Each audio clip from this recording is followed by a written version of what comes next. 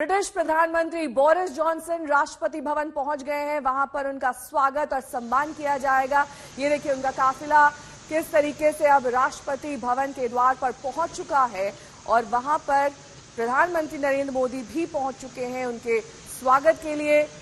ये माना जा रहा है कि ये बेहद अहम दौरा, जिसमें आप विदेश मंत्री एस जयशंकर को भी देख सकते हैं प्रधानमंत्री के साथ, जो बोरिस जॉनसन की अगुवाई के लिए दोनों यहां पर मौजूद हैं, और साथ ही वो विशेष दल जो बोरिस जॉनसन के साथ पहुंचा है वो भी इस कतार में आप देख सकते हैं। और अब से कुछ ही देर बाद ब्रिटिश प्रधानमंत्री बोरिस जॉनसन का भव्य स्वागत राष्ट्रपति भवन में किया जाएगा। इंडो पैसिफिक टाइज पर भी चर्चा की जाएगी। किस तरीके से पहले भी बोरिस जॉनसन ने इस बात का जिक्र किया है कि वो नरेंद्र मोदी के साथ इस मुलाकात को बेहद अहम मानते हैं, क्योंकि चाहे रक्षा से जुड़ी वार्ता हो, चाहे क्लाइमेट चेंज की बात हो, चाहे दोनों देश के द्विपक्षीय जो रिश्ते हैं उनको लेकर जॉनसन की बातचीत प्रधानमंत्री नरेंद्र मोदी के साथ बेहद अहम मानी जा रही है। इसको लेकर बोरिस जॉनसन ने एक वक्तव्य भी जारी किया है। उन्होंने कहा है कि looking forward to meeting with my friend Narendra Modi today in New Delhi. यानी कि आज की मुलाकात, जो कि कल हमने आपको दिखाया था कि कैसे गुजरात पहुंचे थे बोरिस जॉनसन, वहां पर साबरमती आश्रम हो गए थे, चरखा काटा था और तमाम तस्वीरें वहां से उनसे जुड़ी हुई आई थी। लेकिन भारत ब्रिटेन कारोबार को लेकर इन दोनों की ये द्विपक्षीय वार्ता बेहद अहम मानी जा रही है। पूरा का पूरा कार्यक्रम आप अपनी टेलीविजन स्क्रीन पर देख सकते हैं। 11:30 बजे ये मुलाकात तय हुई है। 10:30 बजे दिल्ली से लंदन प्रस्थान करेंगे। रात 10:30 बजे इनकी वापसी होनी है और सुबह लगभग 9:30 बजे राजघाट जाएंगे, जहां पर बापू को नमन करेंगे। और जितेंद्र बहादुर सिंह वहीं से हमारे साथ इस वक्त तमाम जानकारी के साथ जुड़ गए हैं। जितेंद्र, वहां पर कितनी देर का कार्यक्रम ये रहने वाला है राजघाट का, बोरिस जॉनसन का?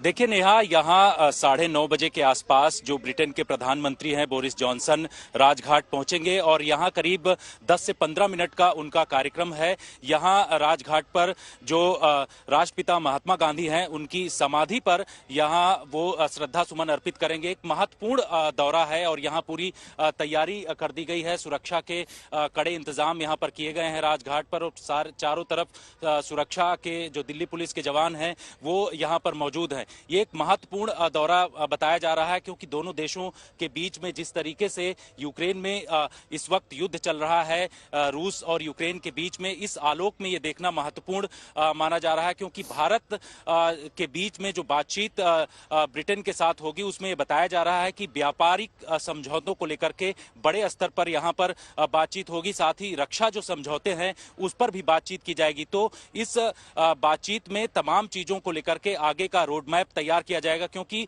ब्रिटेन के प्रधानमंत्री जब ब्रिटेन से निकले थे तो उन्होंने कहा था कि भारत के साथ 2030 का जो रोड मैप है उसको आगे बढ़ाना है। भारत भी इन तमाम चीजों को लेकर के काफी आश्वस्त है और इस बात को लेकर के यहां पर बैठक की जाएगी। यहां से जब राजघाट 9:30 बजे पहुंचेंगे, उसके बाद यहां से वो सीधे 10:10 पर जो विदेश मंत्री हैं एस जयशंकर, उनसे उनकी मुलाकात होगी। फिर हैदराबाद हाउस में करीब 11:30 बजे के आसपास प्रधानमंत्री नरेंद्र मोदी के साथ उनकी बैठक होगी। तो ये काफी महत्वपूर्ण बैठक मानी जा रही है और उनकी जो भारत की यात्रा है इसमें चाहे शिक्षा का क्षेत्र हो, स्वास्थ्य का क्षेत्र हो, आर्थिक क्षेत्र हो, इन तमाम चीजों पर आपके पास इस बीच ये देखिए किस तरीके से राष्ट्रपति भवन में सभी तैयारियां बोरिस जॉनसन के आने से पहले पूर्ण कर ली गई हैं और किसी भी वक्त वो यहाँ पर पहुंच सकते हैं। ये तस्वीरें पहुंच गए हैं ब्रिटेन के प्रधानमंत्री बोरिस जॉनसन और ये ट्रेडिशनल हैंडशेक प्रधानमंत्री नरेंद्र मोदी के साथ पारंपरिक तरीके से उनका स्वागत। और यही वो मुलाकात है जिसके लिए जिक्र भी कर चुके हैं बोरिस जॉनसन।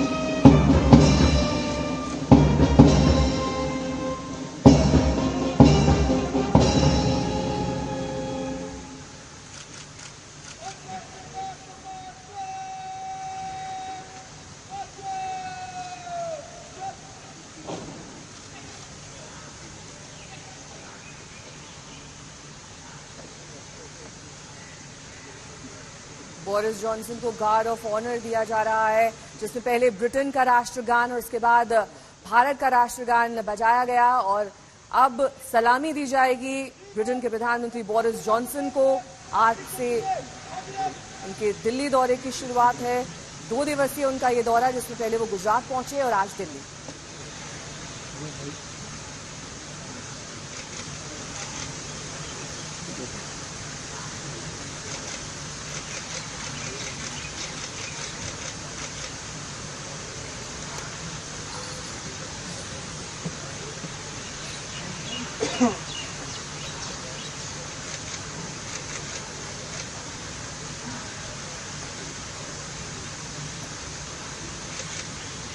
जॉनसन का ये भारत दौरा द्विपक्षीय संबंधों से लेकर रूस यूक्रेन युद्ध के बीच अंतर्राष्ट्रीय संबंधों को लेकर भी बेहद अहम माना जा रहा है।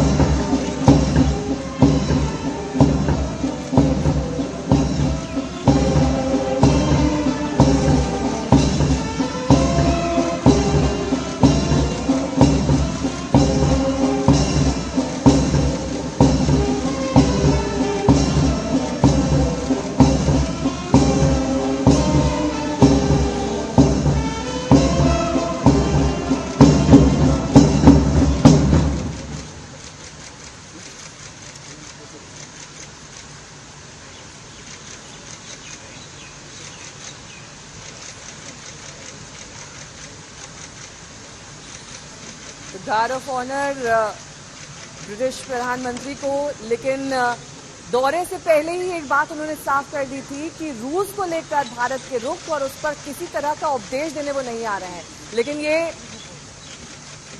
मंत्रिमंडल से मुलाकात जो भारत में अहम पदों पर हैं, ये दरअसल एक रूटीन होता है जिसे लेकर जो तमाम देशों के यहाँ पर प्रतिनिधि पहुंचते हैं, वो इसी तरीके से पहले ट्रेडिशनल हैंडशेक के जरिए स्वागत करते हैं। और यही देखने को मिल रहा है आज राष्ट्रपति भवन में भी, जहां पर तमाम केंद्रीय मंत्री और साथ ही हमने पंक्ति में सबसे पहले विदेश मंत्री एस जयशंकर को देखा, उन्होंने हाथ मिलाया बोरिस जॉनसन से। उसके बाद एक एक करके जो ब्रिटेन के भी मंत्री आए हैं या फिर डेलीगेट आया है, वो भी अब प्रधानमंत्री नरेंद्र मोदी के साथ हाथ मिलाते हुए।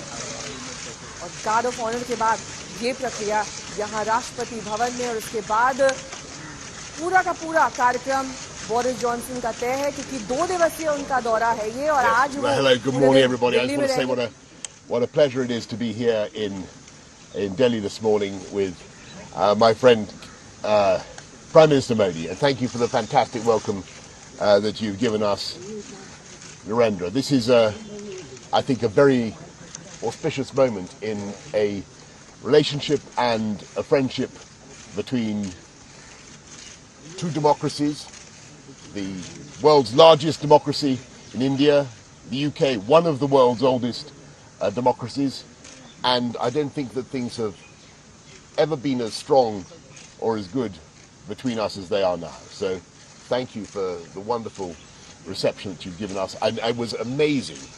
I want to say particularly to the people of Gujarat. We had, I mean, they put on a most fantastic welcome for us yesterday, Narendra. It was absolutely extraordinary. I've never seen such a joyful reception. I wouldn't get that necessarily everywhere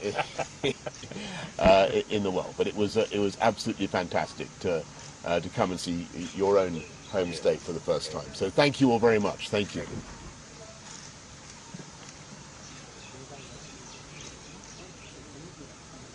Boris Johnson को सुन रहे थे आप। उनका ये कहना था कि जिस तरीके से उनका स्वागत भारत में किया जा रहा है, खास तौर पर जिक्र उन्होंने गुजरात का किया, जहां पर भव्य स्वागत से काफी ज्यादा खुश नजर आए बोरिस जॉनसन। उन्होंने कभी इस तरीके के पारंपरिक स्वागत को नहीं देखा था। उन्होंने कहा कि ऐसा भव्य स्वागत मैंने महसूस किया और जाना कि दरअसल यही हिंदुस्तान का रंग है, यही यहाँ की पहचान है।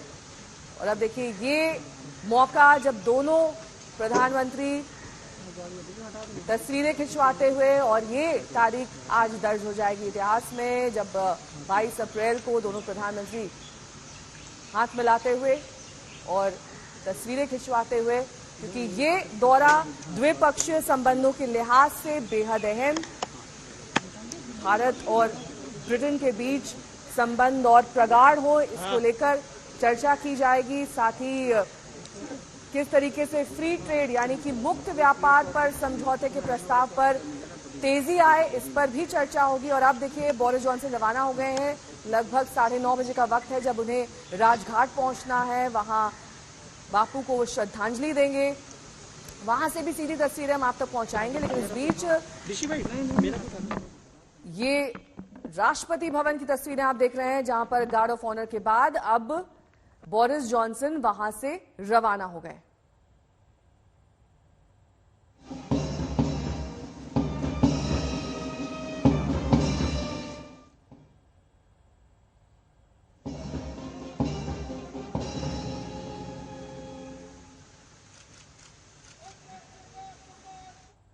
लगभग 11:30 बजे एक बार फिर से प्रधानमंत्री से मुलाकात होगी, जब तमाम अहम मसौदों पर और द्विपक्षीय संबंधों पर चर्चा की जाएगी। रात 10:30 बजे उनका प्रस्थान होना है लंदन के लिए, और अभी से लेकर तब तक पूरा का पूरा शेड्यूल पैक्ड है बोरिस जॉनसन का। 9:30 बजे राजघाट, 11:30 बजे प्रधानमंत्री से मुलाकात, 1 बजे हैदराबाद हाउस में बयान जारी वो करेंगे। उसके बाद पूरे दिन का जो शेड्यूल है वो तय कर दिया गया है। भारतीय निवेश से 4800 करोड़ रुपए के करार पर भी चर्चा की जाएगी, और भारत में जिस तरीके से उनका स्वागत हुआ उस पर अभिभूत होते हुए जॉनसन ने कहा कि मैंने ये स्वागत कभी नहीं देखा है, ये स्वागत उन्हें हमेशा याद रहेगा, अविस्मरणीय रहेगा। इसे लेकर उन्हें खास तौर पर प्रधानमंत्री नरेंद्र मोदी का धन्यवाद किया। उन्होंने कहा कि गुजरात में खास तौर पर जिस तरीके से उनका अभिवादन किया गया, स्वागत किया गया, वो उन्हें कई वर्षों तक याद रहेगा।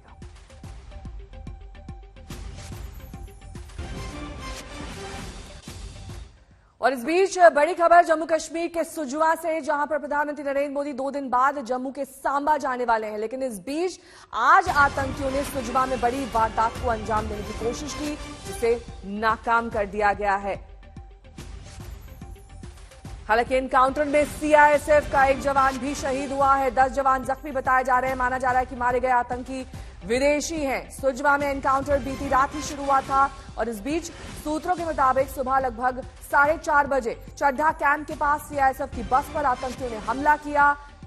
जब सीआईएसएफ ने पलटवार किया तो आतंकी भाग निकले, लेकिन करीब 4 घंटे मुठभेड़ के बाद 2 आतंकियों को ढेर कर दिया गया है।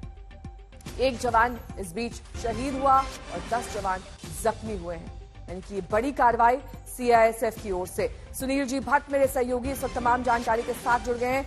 सुनील, इस पूरे एनकाउंटर में 2 आतंकियों को ढेर किया गया है, लेकिन कुल कितने आतंकी इसमें शामिल थे? जो पूरी वारदात हम सुबह 4:30 बजे की सुन रहे हैं, इसमें कितने आतंकी थे? जी नेहा, मैं आपको बता दूं और एनकाउंटर जो है वो समाप्त हो चुका है। दोनों आतंकवादियों को ढेर कर दिया गया है और अभी थोड़ी देर पहले मैंने एक्सक्लूसिव बातचीत की है जम्मू जोन के अतिरिक्त पुलिस महानिरीक्षक मुकेश सिंह, जो कि कल देर रात से स्वयं इस ऑपरेशन को मॉनिटर कर रहे थे। और अभी जो जानकारी मिली है, जो उनके द्वारा हमें मिली है कि दोनों आतंकवादियों को ढेर कर दिया गया है। इस समय मैं बिल्कुल उस स्थान पर हूँ जहाँ पर जो मुठभेड़ है वो चल रही थी और अभी थोड़ी देर पहले यहाँ पर सुरक्षा बलों ने सैनिटाइज किया इस पूरे इलाके को। और हमारे सामने, हमारे आंखों के सामने जब मैं रिपोर्ट फाइल कर रहा था, एक जोर का धमाका हुआ। दरअसल सुरक्षा बल ये सुनिश्चित कर रहे हैं कि यहाँ पर अगर कोई भी जो बारूद है उसको सैनिटाइज किया जाए, तो इस चीज को सुनिश्चित किया जा रहा है। और जो जानकारी मिली है कि 9 सुरक्षा बलों को चोटें आई हैं और एक जो CISF का असिस्टेंट सब इंस्पेक्टर है वो इस मुठभेड़ में शहीद हुआ है। और साथ ही में जो पुलिस के आला अधिकारी हैं, उन्होंने हमें जानकारी दी है कि इस स्थान से भारी मात्रा में असला और गोला बारूद बरामद किया गया है। 2 AK-47 राइफलें और साथ ही में सैटेलाइट फोन भी पाया गया है। तो एक बहुत बड़ी सफलता है यहाँ पर सुरक्षा बलों के लिए। और जो अतिरिक्त पुलिस महानिरीक्षक है जम्मू के, उन्होंने हमें सीधे तौर पर बताया कि हो सकता है कि आतंकवादियों की मंशा थी कि प्रधानमंत्री नरेंद्र मोदी के दौरे के दौरान यहाँ पर एक बहुत बड़ी आतंकवादी वारदात करना था, लेकिन सुरक्षा बलों, मुस्तैद सुरक्षा बलों के पास पहले से एक इनपुट था और उस इनपुट के आधार पर उन्होंने काम किया और ये बहुत बड़ी आतंकी जो साजिश थी इसको विफल कर दिया गया। इनका विदेशी कनेक्शन बताया जा रहा है आतंकियों का, उस बारे में क्या जानकारी है सुनील? जी बिल्कुल बिल्कुल, जो मैंने बातचीत की उसमें मैंने उनसे पूछा कि आतंकवादी क्या किस आतंकी संगठन से थे और क्या विदेशी। उन्होंने बोला कि अभी जो प्राइमा फेस है, जो प्राथमिक जो जांच है उसके अनुसार लगता है कि दोनों पाकिस्तानी आतंकवादी थे और हो सकता है ये लश्कर के हों या जैश के हों, अब ये जांच का विषय है। तो लेकिन ये साफ तौर पर सामने बात आ रही है कि दोनों जो है काफी खूंखार आतंकवादी थे। और जो पुलिस के आला अधिकारी है जिनसे हमने बात की, उन्होंने कहा कि बहुत समय के बाद जम्मू शहर में इतने हथियारों से लैस आतंकवादी पाए गए, लेकिन गनीमत रहा कि समय रहते सुरक्षा बलों को जानकारी मिली और देर रात से यहाँ पर ऑपरेशन चलाया गया और आतंकवादियों को अब ढेर कर दिया गया है। और जो एक बहुत बड़ी आतंकी साजिश थी उस पर पानी फेर दिया गया है। कितना असलहा पाया गया है इन आतंकियों के पास से? क्योंकि ये माना जा रहा है कि टारगेटेड था, जो CISF की बस को उन्होंने निशाना बनाया। जाहिर तौर पर वो चाहते थे कि ज्यादा से ज्यादा क्षति इस बस को पहुंचे। जी बिल्कुल, दरअसल ये जो संयुक्त ऑपरेशन चला इसमें CISF भी शामिल थी, CRPF भी शामिल थी और जम्मू कश्मीर पुलिस भी शामिल था। तो कल देर रात जैसे ऑपरेशन चलता है, अचानक जो बस में जो गश्त मार रही थी यहाँ पर CISF की टीम, उन पर गोलियों से हमला हुआ और जिसमें कई सुरक्षाकर्मी घायल हुए। लेकिन तुरंत इस पूरे इलाके को कॉर्डन कर दिया गया और सुबह जैसे ही तड़के आतंकवादियों ने कोशिश की इस कॉर्डन को तोड़ने की और यहाँ से इस इलाके से भागने की, लेकिन सुरक्षा बलों ने उनके इस प्रयास को विफल कर दिया और उनको उसी क्षेत्र तक सीमित रखा जहाँ पर वो छिपे हुए थे। और अब ये ऑपरेशन समाप्त हो चुका है, दोनों आतंकवादियों को ढेर कर दिया गया और साथ ही में जो जानकारी हमें मिली है कि 2 AK-47 राइफलें और साथ ही में सैटेलाइट फोन और दूसरे उपकरण इन आतंकवादियों से बरामद हुए हैं। बिल्कुल बेहद खतरनाक हथियार इनके पास से पाए गए हैं। बने रहिए हमारे साथ सुनील। इस बीच जम्मू के ADG क्या कुछ कह रहे हैं, सुनिए। ऐसा लग रहा था कि ये फिदाइन अटैकर्स थे और दोनों को मार दिया गया। सर, प्रधानमंत्री नरेंद्र मोदी की विजिट से पहले किसी बड़े बैटल इंस्टॉलेशन को टारगेट करना चाहते हैं? हो सकता है, मतलब ये जांच के बाद पता चलेगा। लेकिन जिस हिसाब से ये लैस थे हथियार से और एमुनेशन से, ऐसा लगता है कि इनके मंसूबे कुछ बड़े। सर, फिदाइन अटैक थॉट क्या है, मान सकते हैं जम्मू पुलिस? यस, ये बात सर कौन से ग्रुप से थे? ये कहना मुश्किल है अभी। तो सर सैटेलाइट फोन क्या लगातार वो लोग यूज कर रहे थे कम्युनिकेशन के लिए क्रॉस द बॉर्डर? अभी इस पे फर्दर जांच की जाएगी तब। तो ये तो आप ADG को सुन रहे थे, उनका कहना था कि जांच अभी जारी है, आतंकी पाकिस्तानी हो सकते हैं, इस बारे में भी जांच की जा रही, क्योंकि जिस मात्रा में उनके पास से असलहा और हथियार बरामद हुए हैं, यही कहा जा सकता है कि बड़ी आतंकी वारदात के मंसूबे के साथ वो भारत में दाखिल हुए थे। बस में मॉर्निंग शिफ्ट के लिए जा रहे थे CISF के जवान, जब ये फायरिंग उन पर हुई इन आतंकियों द्वारा। अब ये एनकाउंटर खत्म हो चुका है, जिसमें 2 आतंकियों को ढेर कर दिया गया है।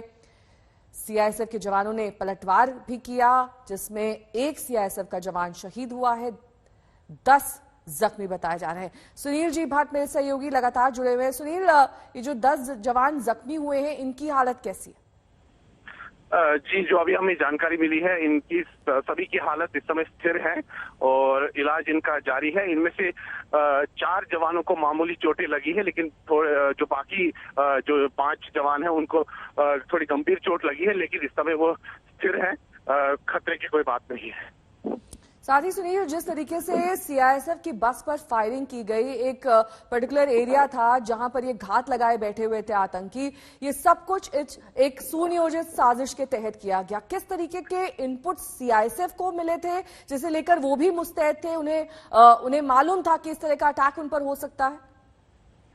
जी नेहा, मैं आपको बता दूं कि जो जम्मू जोन के जो अतिरिक्त पुलिस महानिरीक्षक है मुकेश सिंह, जो कि कल देर रात से स्वयं इस मुठभेड़ के स्थान पर मौजूद थे और स्वयं इसको मॉनिटर कर रहे थे, उन्होंने बताया कि एक संयुक्त ऑपरेशन था और सीआईएसएफ भी इस ऑपरेशन में शामिल थी, सीआरपीएफ भी थी और जम्मू कश्मीर पुलिस भी थी।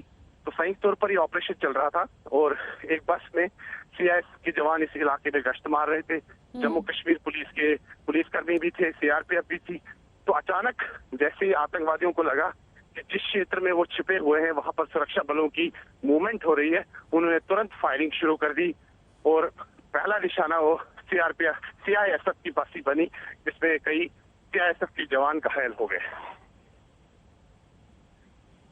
लौटूंगी मैं आपके पास सुनील। इस बीच 2 तस्वीरें आपके सामने हैं। सुजवा में जहां 2 आतंकियों को ढेर किया गया है, बारामूला में 4 आतंकियों को ढेर किया है। ये माना जा रहा है कि प्रधानमंत्री की विजिट से पहले ये दरअसल आतंकी साजिश सोची समझी थी और इस दौरे को लेकर पहले गड़बड़ियां आतंकियों की ओर से की जानी थी, ताकि अगर स्थिति वहां पर सामान्य ना रहे तो ये दौरा टल भी सकता था। लेकिन दौरे से पहले 2 जगहों पर आतंकियों ने चोट की, जिसमें सुजवा और बारामूला शामिल है। सुनील जी भट्ट मेरे सहयोगी लगातार जुड़े हुए हैं। बारामूला की घटना के बारे में क्या अपडेट है सुनील? जी नेहा, जो बारामूला में जो एनकाउंटर चल रहा था कल, उसमें एक जो टॉप जो कमांडर है कांट्रू, उसको सुरक्षा बलों ने ढेर किया और वो आतंकी जो कमांडर था वो कई हत्याओं में शामिल था। अभी हाल फिलहाल में एक पुलिसकर्मी और उसके भाई की हत्या की गई थी कश्मीर घाटी में, और साथ ही में कुछ महीनों पहले जो एक बीडीसी के सदस्य हैं उनकी हत्या की गई थी। उन सब हत्याओं के पीछे वो आतंकवादी था, तो उसको ढेर कर दिया गया। तो कहीं ना कहीं वो भी एक बहुत बड़ी सफलता थी सुरक्षा बलों के लिए।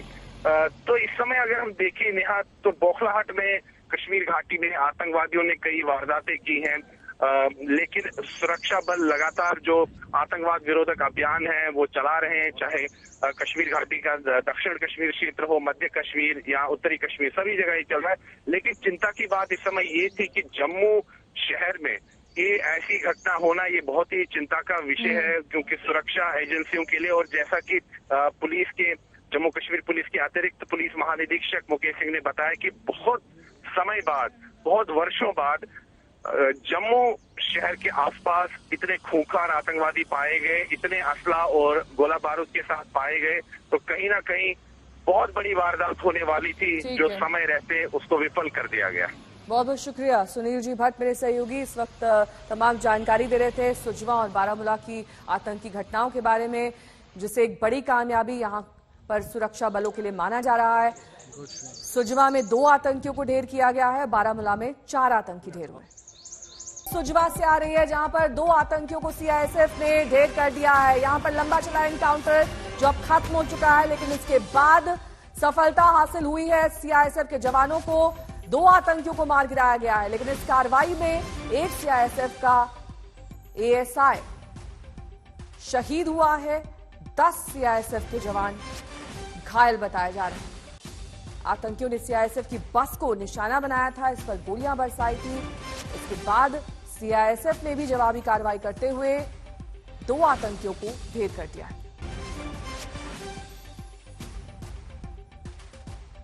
और इस बीच बोरिस जॉनसन राजघाट पहुंच चुके हैं, वहां पर बापू को श्रद्धांजलि देने के लिए।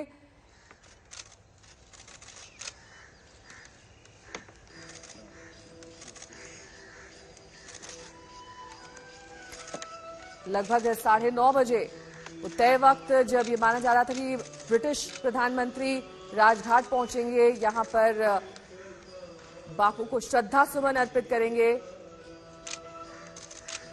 और ये तस्वीरें सीधे राजघाट से।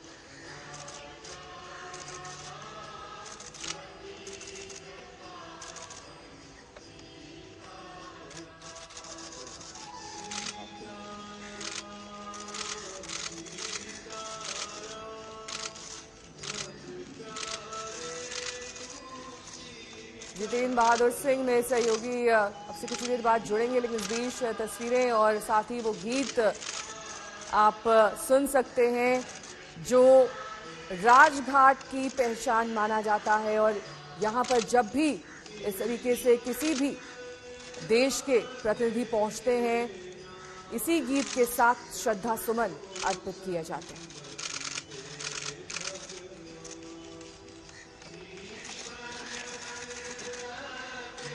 जितेंद्र बहादुर सिंह हमारे साथ जुड़ गए हैं। जितेंद्र, तस्वीरें बयां कर रहे हैं कि कैसे ब्रिटिश प्रधानमंत्री बोरिस जॉनसन वहां पर पहुंच चुके हैं श्रद्धा सुमन अर्पित करने के लिए। उन्हें दरअसल ये समझाया जा रहा है, बताया जा रहा है कि कैसे यहां पर उन्हें श्रद्धांजलि देनी है। वो ट्रेडिशनल रीत भी हमने देखा और अब फूलों के साथ वहां पर श्रद्धांजलि देते हुए जॉनसन। बिल्कुल, राष्ट्रपति भवन से सीधे यहाँ पर राजघाट पहुंचे हुए हैं और इस वक्त की जो तस्वीरें हैं उसमें साफ दिखाई पड़ रहा है कि किस तरीके से जो ब्रिटेन के प्रधानमंत्री हैं बोरिस जॉनसन, वो यहाँ पर श्रद्धा सुमन अर्पित कर रहे हैं। जो राजघाट में राष्ट्रपिता महात्मा गांधी की समाधि है, यहाँ पर पूरी तरीके से उन्होंने यहाँ पर दर्शन किए। दर्शन करने के बाद श्रद्धा सुमन अर्पित किए और अब यहाँ से वो रवाना हो रहे हैं। जानकारी ये है कि राजघाट से वो सीधे एस जयशंकर जो कि विदेश मंत्री हैं उनके पास उनकी मुलाकात होगी 10:10 के आसपास। और उसके बाद वो सीधे हैदराबाद हाउस जाएंगे जहां पर प्रधानमंत्री नरेंद्र मोदी के साथ द्विपक्षीय और बहुपक्षीय वार्ता होगी, क्योंकि ये महत्वपूर्ण दौरा है, ये बताया जा रहा है। और ब्रिटेन और भारत के बीच में 2030 का जो रोड मैप है उसको किस तरीके से आगे बढ़ाना है, इन तमाम चीजों पर बातचीत होगी। अब जो ब्रिटेन के प्रधानमंत्री हैं वो आगे की तरफ निकल चुके हैं राजघाट से और यहाँ से सीधे वो एस जयशंकर से मुलाकात करेंगे। एक महत्वपूर्ण दौरा है क्योंकि 2 दिवसीय दौरे में उन्होंने जो अहमदाबाद में जाकर के उन्होंने तमाम जानकारी के लिए आपका। जितेंद्र बहादुर सिंह हमारे संवाददाता जानकारी दे रहे थे कि कैसे द्विपक्षीय और बहुपक्षीय वार्ता बोरिस जॉनसन की ओर से की जाएगी और राजघाट के बाद उनका कार्यक्रम है विदेश मंत्री एस जयशंकर से मुलाकात करने का। जंग में रूस को बड़ी कामयाबी मिली है। रूस की सेना ने मारियोपोल पर कब्जे का ऐलान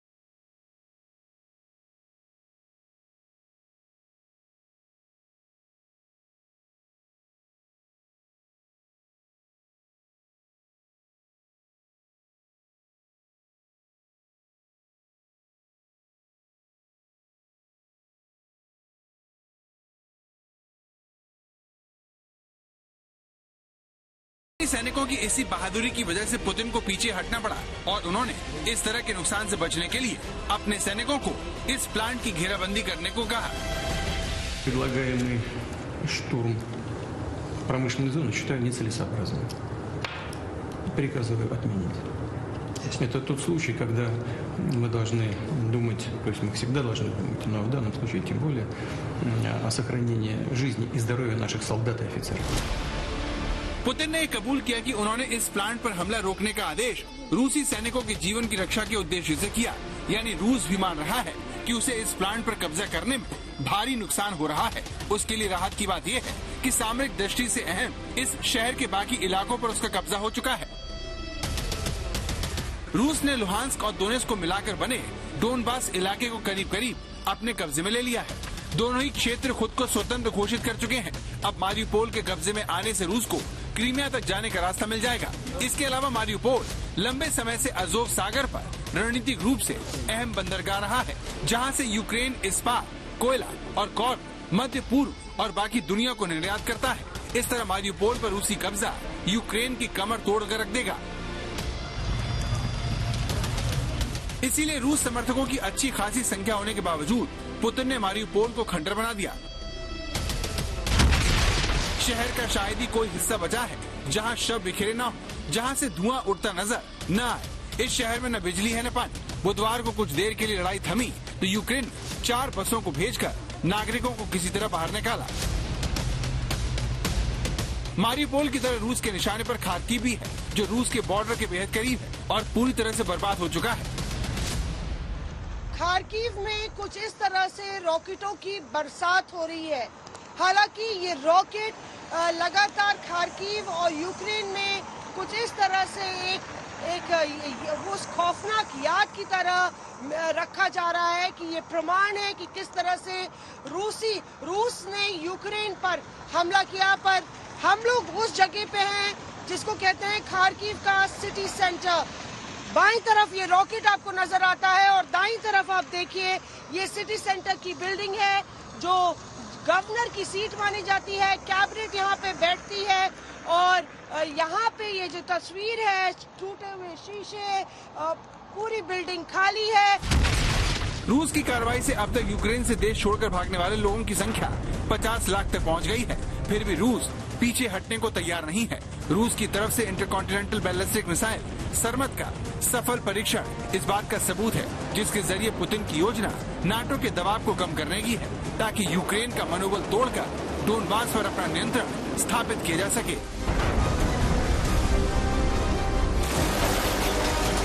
खार्किव से मौसमी सिंह के साथ आज तक ब्यूरो। यूक्रेन में लड़ाई तेज है। मारियुपोल समेत ज्यादातर हिस्सों पर रूसी फौज का कब्जा हो चुका है, लेकिन खार्किव में अब भी एक्शन जारी है। देखिए खार्किव से आज तक संवाददाता मौसमी सिंह की एक्सक्लूसिव रिपोर्ट। आपको दिखाते हैं कि किस तरह से जब रॉकेट गिरता है तो क्या स्थिति होती है। यहाँ पे अभी ताजा रॉकेट यहाँ पे गिरा है। हम खार्किव शहर में हैं और लगातार किस तरह से शेलिंग का सामना कर रहा है खार्किव शहर, उसकी ताजा तस्वीरें आप देखिए। हम पहले चैनल है जो यहाँ पे पहुंचे हैं। आप देखिए पीछे धू धू करके पूरा धुआं निकल रहा है इस प्लांट में, जो इस इलाके में शेलिंग हुई है। हम आपको ये लाइव इमेजेस नहीं दिखा सकते पर डिफर्ड दिखा रहे हैं कि किस तरह से यहाँ पे आग बुझाने की पूरी कोशिश हो रही है। फायर ब्रिगेड्स आई हैं। यहाँ पे आप देखिए 1 और 2 फायर ब्रिगेड लगी हुई है पूरे इलाके में। वहां तक आप देखिए एक एम्बुलेंस भी आई है। 2 लोगों की मौत हो गई है इसमें और पूरा अंदर तक ये पाइप जो है जाके ये एक प्लांट है जहां पे ये मिसाइल गिरी, जिसके चलते धू धू करके पूरा प्लांट जो है वो जलने लगा। आप पीछे देखिए तो ये आप देखिए कि किस तरह से फायर फाइटर्स मौके पर पहुंच के लगातार हजारों कॉल्स रोज आती हैं इनको। अभी ये लोग अपना काम कर रहे हैं।